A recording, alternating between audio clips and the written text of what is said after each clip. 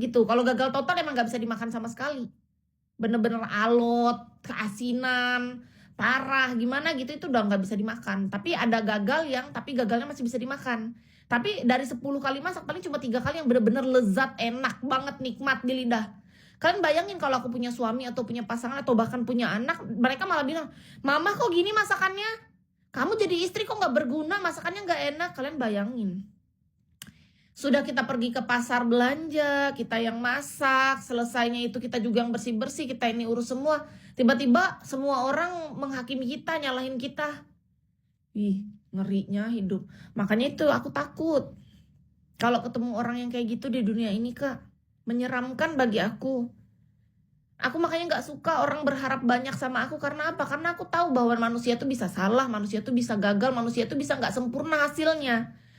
Bayangkan nih kalau misalnya suaminya kayak gitu. Tapi kalau suaminya baik kan enak. Misalnya kita gagal masaknya, sayang gak apa-apa masakannya gak enak, ini masih bisa aku makan. Nah kalau gitu ya mungkin dia bisa makan. Atau gini, sayang gak apa-apa gagal masakannya, yuk kita makan di luar bareng. Kan ada solusi. Daripada sudahlah kita gagal masakan kita, kan kita gak sengaja loh. Tiba-tiba, ih masakan gak enak, dasar istri gak berguna. Ih, ngerinya. Takut aku, Kak. Mendingan gak usah punya pasangan deh, daripada aku digituin seumur hidup, menderita nanti aku.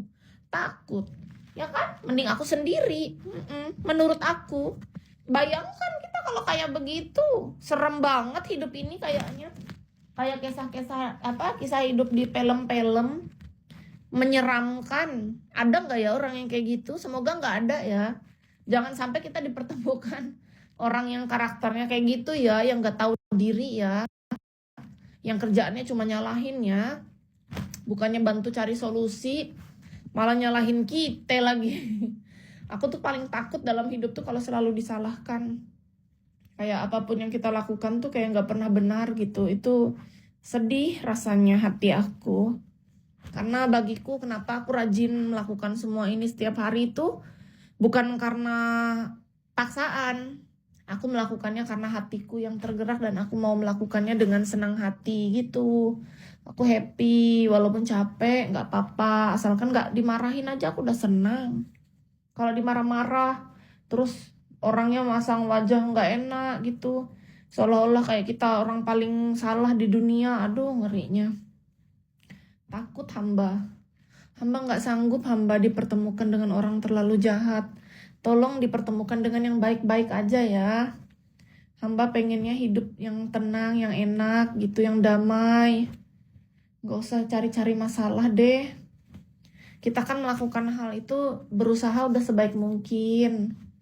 Orang cari masalah tuh artinya ya dia dengan sengaja melakukan hal-hal yang benar-benar orang itu udah gak suka. Kita kan enggak. Kita melakukan itu ya udah sebaik mungkin, emang hasilnya aja yang belum bagus kan gitu. Menurut Kisi. Semoga kita selalu menjadi orang yang mau belajar jadi lebih baik. Dan kita juga akan dipertemukan selalu dengan orang-orang baik. Dijauhkan dengan orang jahat. Amin. Takut aku. Aku tuh itu yang paling aku takuti di dunia ini tuh. Karena apapun usaha kita, sebaik apapun yang kita lakukan, kalau orang gak tahu rasa bersyukur tuh Kak, biar apapun yang kita lakukan tuh gak pernah bagus di mata dia Kak. Selalu kurang bagi dia. Itulah manusia Kak. Kita niat baik aja orang bisa salah paham. Apalagi kita jahat.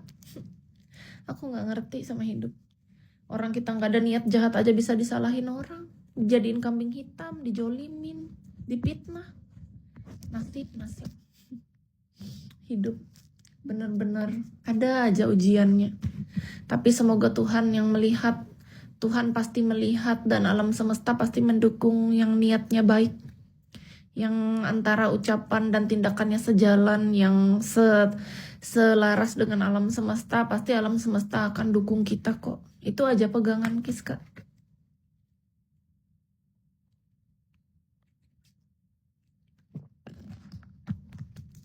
Bahkan seluruh dunia dan semua orang tidak percaya kita, atau semua orang misalnya menentang kita misalnya, apapun niat baik kita dianggap salah misalnya gitu, udahlah gak apa-apa, terima aja. Nggak harus kok kita harus dapat dukungan dari semua orang. Nggak harus juga semua orang percaya dengan apa yang kita kasih tahu atau kita ungkapkan dengan tulus gitu.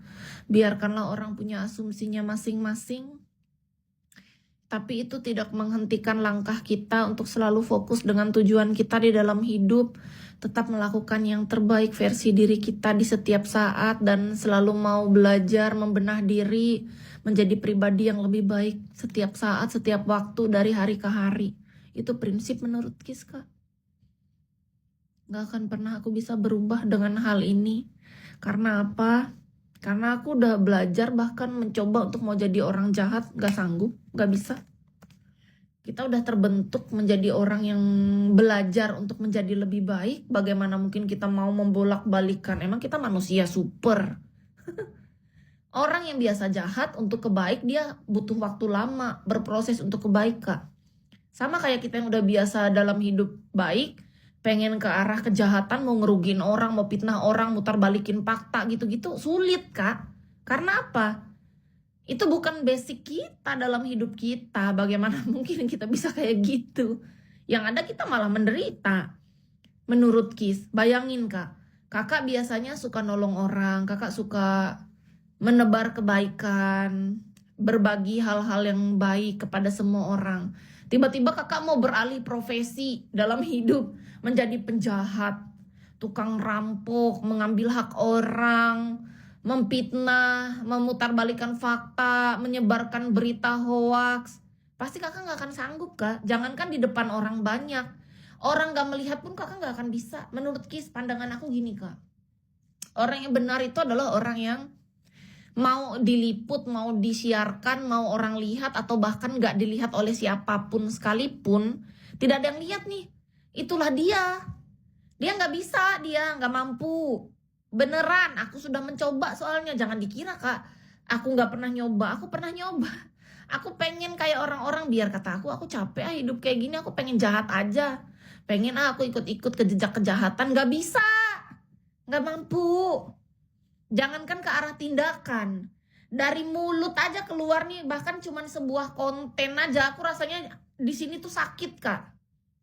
Aku mencoba jangankan melakukan di dunia nyata dengan tindakan yang benar-benar dengan niat gitu, kan beda ya. Ketika kita menjadi diri kita yang di dunia nyata, yang kita lakukan dengan niat, ini lain nih. Aku hanya mencoba dengan dalam sebuah konten yang hanya diucapkan, bahkan belum kita lakukan saja, itu aku merasa bersalah, merasa luar biasa itu. Rasanya wow, kok di sini kita kayak menolak gitu di dalam sini. Kok aku udah nyakitin orang ya? Ucapanku salah ya? Waduh, jangan-jangan ini ada kata-kata atau tindakan aku tadi nih yang nyakitin orang nih, yang gak berkenan di orang lain. Itu kita mikir. Dari situ aku pikir, oh gak cocok berarti. Ya udahlah, kalau emang gak cocok jangan dipaksa. Biarkanlah kita jadi bagian peran kita yang diizinkan oleh alam semesta aja. Jangan melawan arus. Beneran, kita nggak perlu melawan arus. Kok bau jeruk mandarin tuh nempel di tangan ya? Pas kita ngupas jeruk mandarin, kok nempel dia bau jeruk mandarin itu? Kulitnya, kulit jeruk mandarin itu dari apa? Kok bau jeruk? Ih, kayak aromaterapi ini, bau jeruk. Kok baunya nempel sudah kita cuci pakai sabun? Emang gitu kah?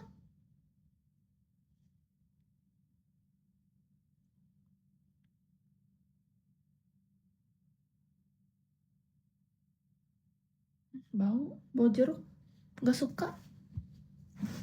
Nya nempel.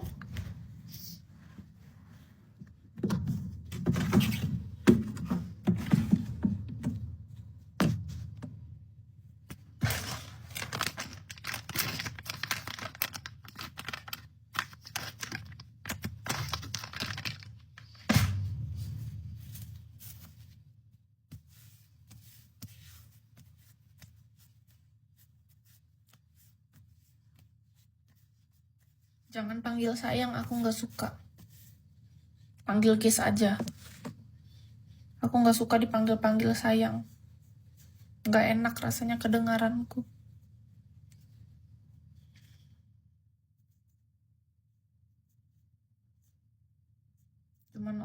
punya diamond aja yang boleh panggil sayang.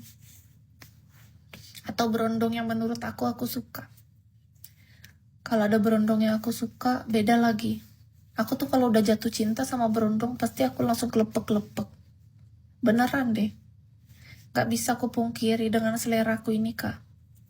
Aku emang pecinta berondong. Sudah yakin aku. Seyakin ini aku dengan seleraku.